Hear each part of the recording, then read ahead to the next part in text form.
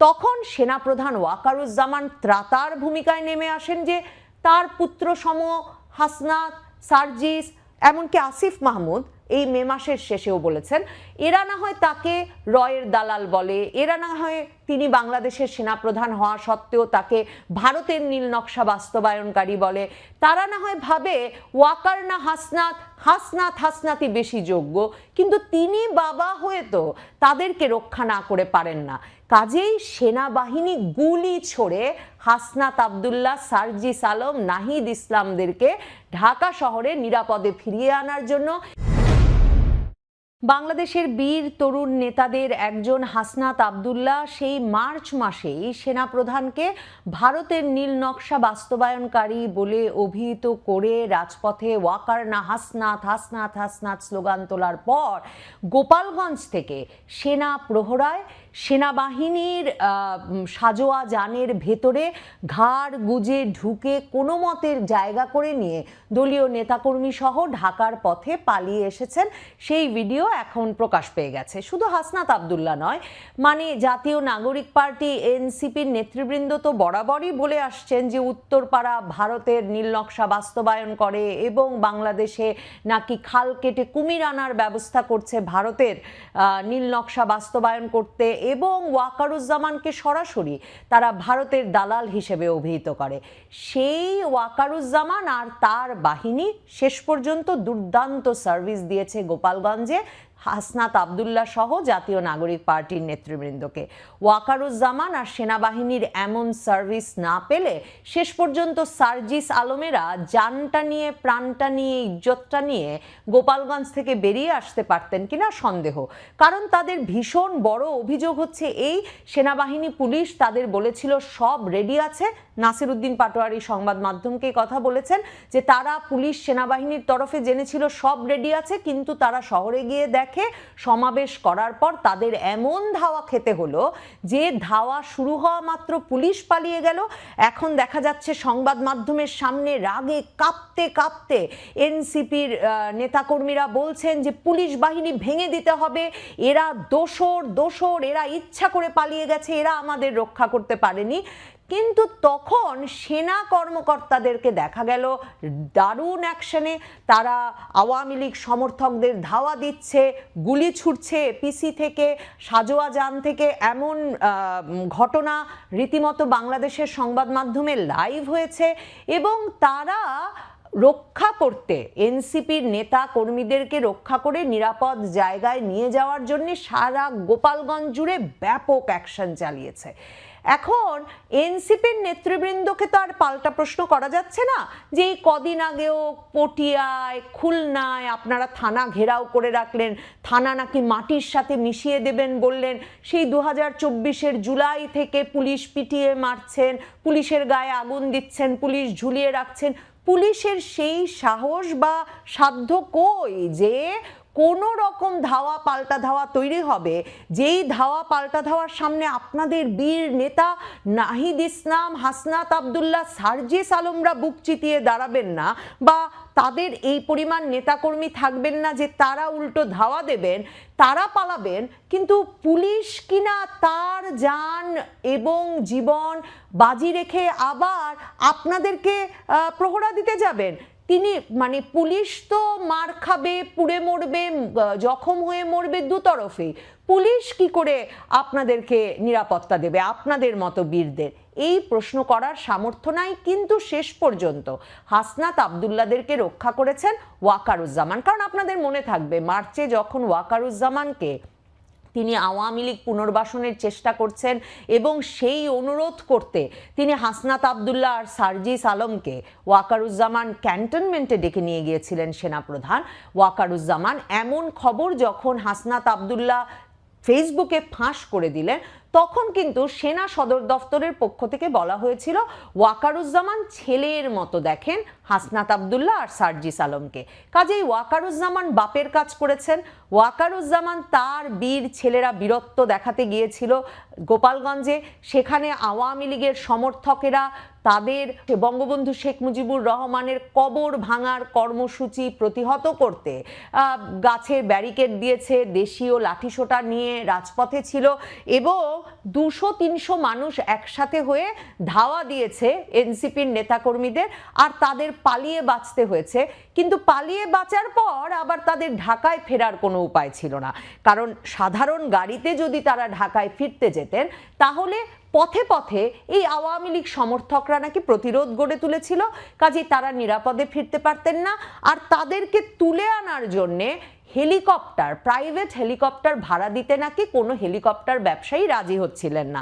তখন সেনাপ্রধান ওয়াকারুজ্জামান ত্রাতার ভূমিকায় নেমে আসেন, যে তার পুত্র সম হাসনাত, সার্জিস, এমনকি আসিফ মাহমুদ এই মে মাসের শেষেও বলেছেন এরা না হয় তাকে রয়ের দালাল বলে, এরা না হয় তিনি বাংলাদেশের সেনাপ্রধান হওয়া সত্ত্বেও তাকে ভারতের নীল নকশা বাস্তবায়নকারী বলে, তারা না হয় ভাবে ওয়াকার না হাসনাত, হাসনাত হাসনাতই বেশি যোগ্য, কিন্তু তিনি বাবা হয়ে তো তাদেরকে রক্ষা না করে পারেন না।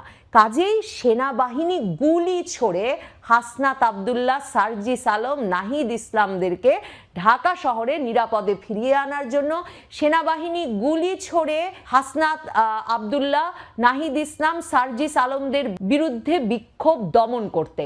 তার মানে আমরা যে এই ওয়াকারুজ্জামানের বাহিনীর কাছ থেকে শুনেছিলাম সেই 3রা আগস্ট মাসের 3 তারিখ 2024 সালে, যে সেনাবাহিনী নাকি ওয়াকারুজ্জামানের নেতৃত্বাধীন সেনাবাহিনী নাকি সিদ্ধান্ত নিয়েছে যে তারা বাংলাদেশের জনগণের ওপর কিছুতেই গুলি চালাতে পারে না। তার মানে সেই সিদ্ধান্ত তাদের ছিল হাসিনা বিরোধী আন্দোলনের সময়।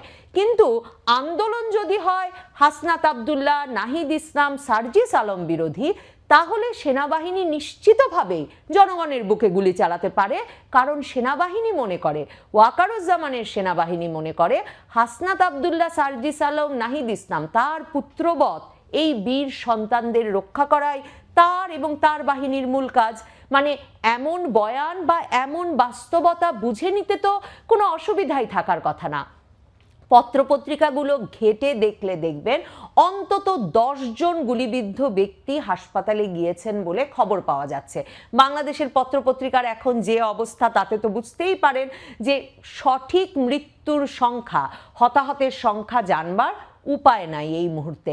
কিন্তু গুলি পুলিশ ছুড়লো না, কারণ আমরা তো শুনেছি পুলিশকে নাকি বলে রাখা হয়েছে যে পুলিশ গুলি করতে পারবে না গত আগস্টের পর থেকে।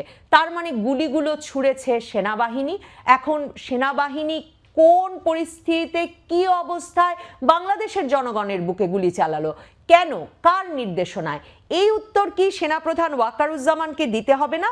সেনাপ্রধান ওয়াকারুজ্জামানের বাহিনীর অবস্থা এমন ঘোরতর যে 2025-এর 5ই ফেব্রুয়ারি যখন বঙ্গবন্ধুর 32 নম্বরের বাড়ি ভাঙতে শুরু করলো এই হাসনাত আবদুল্লাদের মতো বীর তরুণেরা, তখন সেনাবাহিনীর একটা প্লাটুন গেল এবং জনগণের ভুয়া ভুয়া স্লোগানে তারা নাকি লেজ গুটিয়ে পালিয়ে এলো, তাদের আর কিচ্ছু করার থাকলো না। এরপরে 3 রাত 2 দিন ধরে ওই ভাঙাভাঙির উৎসবে সারা বাংলাদেশে কোনো মববাজি, কোনো লুটতরাজ, কোনো খুন নিয়ন্ত্রণে, নিরসনে, দমনে তারা কোনো ভূমিকা রাখতে পেরেছে গত 11 মাসে, এর প্রমাণ আমাদের কাছে নাই।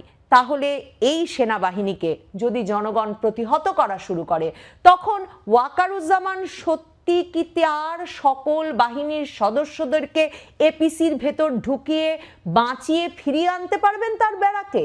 মানে আমি বুঝতে চাই সেনাবাহিনী যে সরাসরিভাবে বাংলাদেশের জনগণের বিরুদ্ধে গিয়ে দাঁড়ালো গোপালগঞ্জে, এই গুরুতর সিদ্ধান্তটা কখন কে নিল? কারণ এই সেনাবাহিনী তো 3রা আগস্ট 2024-এ ঘোষণা করেছিল যে তারা বাংলাদেশের জনগণের বিপক্ষে গিয়ে দাঁড়াবে না। তাহলে কোন জনগণের পক্ষে তারা আছে, কোন জনগণের পক্ষে তারা নাই?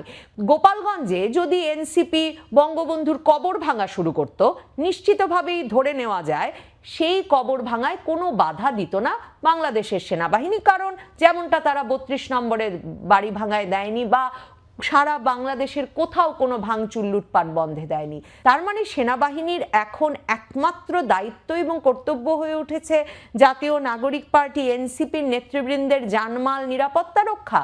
আমি তো অনেক মাস আগে বলেছি যে সেনাপ্রধানের উচিত সার্জিস আলম, হাসনাত আবদুল্লার মতো নেতৃবৃন্দকে সরাসরি ব্যক্তিগত নিরাপত্তা দেওয়া। সেনাপ্রধান যদি অন্য কারো ওপর ভরসা না রাখতে পারেন, তিনি নিজে এই বিষয়টি দেখতে পারেন যে কি করে তিনি জাতীয় নাগরিক পার্টি এনসিপির, এখন আমি জানি না মানে শুধু যদি হাসনাত আবদুল্লাহ সার্জিস আলমকে দিতে না চান, 8-10-12 জন নেতাই তো আছেন। এই 8-10-12 জন নেতাকে দরকার হলে সেনাপ্রধান নিজে ব্যক্তিগতভাবে নিরাপত্তা প্রদান করুন। কিন্তু তিনি এদের বিরুদ্ধে, মানে তারা রাজনীতি করতে নেমেছেন, কিন্তু এই রাজনৈতিক নেতাদের কোনো রাজনৈতিক প্রতিপক্ষ রাজপথে তাদেরকে বাধা সৃষ্টি করতে গেলে, তাদের মববাজির বিরুদ্ধে দাঁড়াতে গেলে আপনার সেনাবাহিনী জনগণের বুকে গুলি চালাবে, এই অন্যায় আপনি কোন ভিত্তিতে হতে দিচ্ছেন? এই অন্যায় আপনি কি মনে করেন না জাতিসংঘ শান্তিরক্ষী বাহিনীতে আপনার সদস্যদের পাঠাতে কোনো সমস্যা তৈরি করবে? মানে ভলকার তুর্ক সাহেব, জাতিসংঘের মানবাধিকার হাই কমিশনার, তিনি নাকি আপনাদেরকে জুলাই মাসের শেষেই জানিয়ে দিয়েছিলেন যে বাংলাদেশের জনগণের বুকে গুলি চালালে আপনাদেরকে আর জাতিসংঘ শান্তিরক্ষী বাহিনীতে নেওয়া হবে না। এই গল্প আমার নয় বা আমার অনুমান নয়, ভলকার তুর্ক সাহেব নিজে বিবিসির সঙ্গে সাক্ষাৎকারে এই কথা বলেছেন যে তিনি বিরাট কৃতিত্বের দাবিদার বাংলাদেশে হাসিনা সরকারকে নামিয়ে দিতে, কারণ তিনি সেনাবাহিনীকে জনগণের ওপর গুলি চালাতে নিষেধ করেছিলেন বলে এই হাসিনা সরকারের শেষ পর্যন্ত পতন হয়েছে। তো ভলকার তুর্ক সাহেব আপনাদেরকে বলেছেন যে শেখ হাসিনার পতন যারা ঘটিয়েছে সেই রাজনৈতিক পক্ষ যখন রাজপথে থাকবে, তারা যা ইচ্ছা তাই করুক, সেটা সমর্থনে সেই কাজটি যাতে তারা ভালো মতো করতে পারে, তাদের ভাঙাভাঙি, লুটপাট, খুন খারাপি, পুলিশ মারা, পুলিশ পেটানো, থানা গুড়িয়ে দেওয়া, সেসব কাজ যাতে তারা একদম নিরবচ্ছিন্নভাবে শান্তিমতো করতে পারে, সেটা নিশ্চিত করা যেমন ওয়াকার সাহেব আপনার বাহিনীর দায়িত্ব, তেমনি তাদের ওই যাচ্ছে তাই কাজকর্ম প্রতিরোধে যদি জনগণের কোনো অংশ গিয়ে দাঁড়ানোর সাহস করে, সাথে সাথে ওয়াকারুজ্জামানের সেনাবাহিনী, বাংলাদেশ সেনাবাহিনীর সেই জনগণের বুকে গুলি চালানো কর্তব্য। এটা কি ভলকার তুর্ক সাহেবের প্রেসক্রিপশন? কার প্রেসক্রিপশনে না হলে এমন কাজ হলো? গোপালগঞ্জে নিহত এই 10 জন নাকি আরো বেশি, এই নিহত 10 জনের মৃত্যু কিভাবে হলো, এর বিচার, এর জবাব কে দেবেন? ওয়াকারুজ্জামান আপনি দেবেন? বাংলাদেশ সেনাবাহিনী দেবে? বাংলাদেশ সেনাবাহিনী স্বাধীন বাংলাদেশে দাঁড়িয়ে জনবিক্ষোভ থামাতে এক বেলায় 10 জনের বেশি মানুষকে হতাহত করে হাসপাতালে পাঠিয়ে দিল, এবং তারপর জাতিসংঘ শান্তিরক্ষী মিশনে সেই সেনাবাহিনীর যাওয়া জায়েজ থাকবে? ভলকার তুর্ক সাহেবের সমীকরণ তো সে কথা বলে না। মানে বাংলাদেশ সেনাবাহিনীকে এবং ওয়াকারুজ্জামান সাহেবকে আসলে ঠিক করতে হবে যে তিনি জনগণের পক্ষে, ন্যায়ের পক্ষে থাকবেন, নাকি তিনি আসলে একটি বিশেষ রাজনৈতিক পক্ষকে ক্ষমতায় আনতে কাজ করেছেন 2024-এর জুলাই আগস্টে, এবং এখন পর্যন্ত তাদেরকে ক্ষমতায় বসিয়ে রাখতে, তাদের ক্ষমতা দৃঢ় করতে, তাদের দ্বারা সৃষ্ট ভয়ের রাজত্ব বাংলাদেশে কায়েম করে রাখতে তাদের শক্তি হিসেবে কাজ করবেন। সেনাবাহিনীকে লোকে যে ভুয়া ভুয়া স্লোগান দিচ্ছে আর বিভিন্ন জায়গা থেকে লেজ গুটিয়ে যে সেনা সদস্যদের পালিয়ে আসার ভিডিও গত 1 বছরে বারবার আমরা দেখছি, ওয়াকারুজ্জামান তার বাহিনীকে সত্যিকার অর্থে জনগণ থেকে এতটাই দূরে নিয়ে গেছেন। ওয়াকারুজ্জামানকে সিদ্ধান্ত নিতে হবে তিনি তার বাহিনীটিকে জনগণের সঙ্গে আর কতটা বিশ্বাসঘাতকতা করতে দেবেন।